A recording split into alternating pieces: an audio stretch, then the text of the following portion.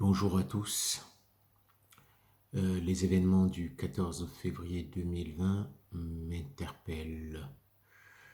Il s'agit d'événements qui sont produits dans la région de Tumbo, en partie anglophone, au Cameroun. On parle de 23 morts, majoritairement des enfants et des femmes, autrement dit des civils, selon les chiffres des Nations Unies.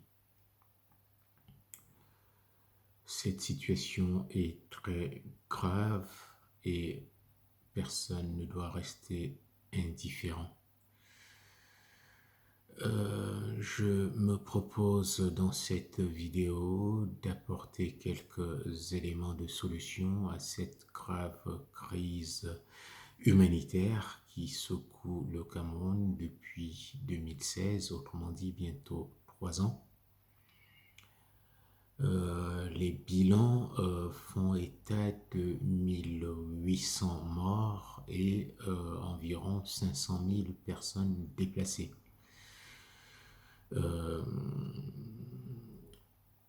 Des choses ont été tentées ces derniers temps au Cameroun.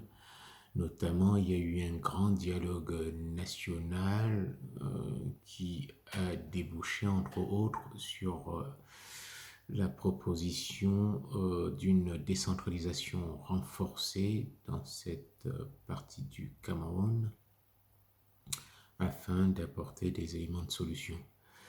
Mais au jour d'aujourd'hui, on peut dire clairement qu'il faut aller beaucoup plus loin et rechercher d'autres éléments de solution pour essayer d'accélérer la résolution de cette crise qui a déjà beaucoup trop duré à mon sens.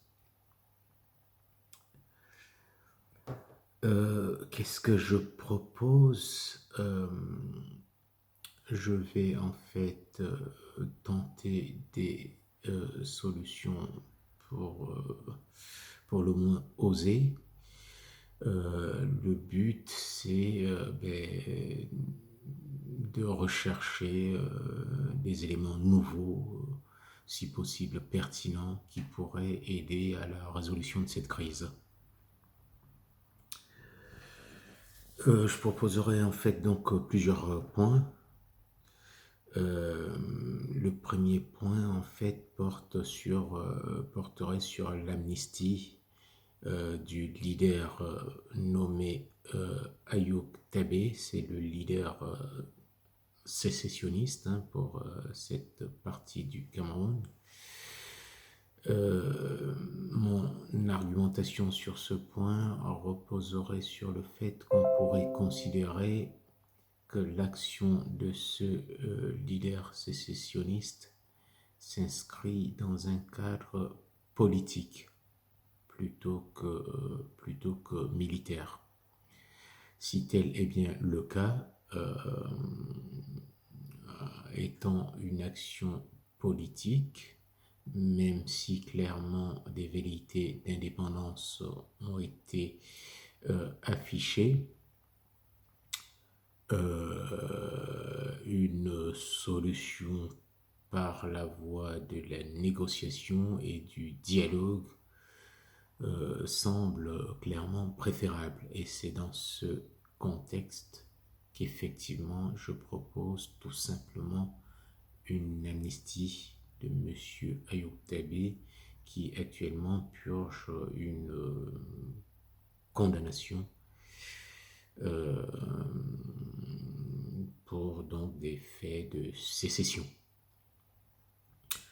En point 2, ce que je dirais, c'est que les articles 55 et 56 de la Constitution prévoient des collectivités territoriales décentralisées pour les 10 régions du Cameroun et donc en particulier pour le nord-ouest et le sud-ouest.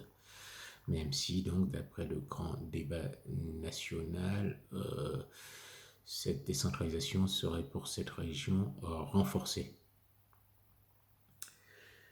Donc, pour aller plus loin, en point 2, ce qu'on pourrait proposer, c'est que des précisions soient apportées sur les moyens euh, alloués donc, à la région du Nord-Ouest et du Sud-Ouest pour lui permettre d'assumer correctement les missions et les compétences qui lui seraient donc transformées dans le cadre de la décentralisation.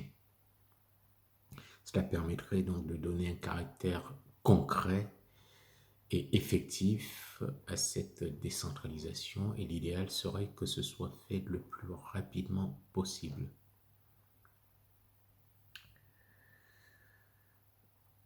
En point 3, ce que je suis tenté de proposer, c'est de mettre tout en œuvre pour l'installation d'un conseil régional et donc également d'un président de conseil régional de manière à traduire dans les faits ce processus d'autonomisation et donc de décentralisation dont on parle. Il faudrait donc, si possible, faire cela le plus rapidement possible. Ensuite, si donc on a un conseil régional qui est donc installé avec un début de fonctionnement, ce qu'on peut également donc en point 4 proposer, c'est que des moyens soient mis à disposition de ce conseil régional pour assurer le maintien de l'ordre. Cela voudrait donc dire que une partie des questions de sécurité seraient donc justement dans cette partie-là transférées plutôt au conseil régional. Ainsi, ces 4 points proposés, libération du leader sécessionniste,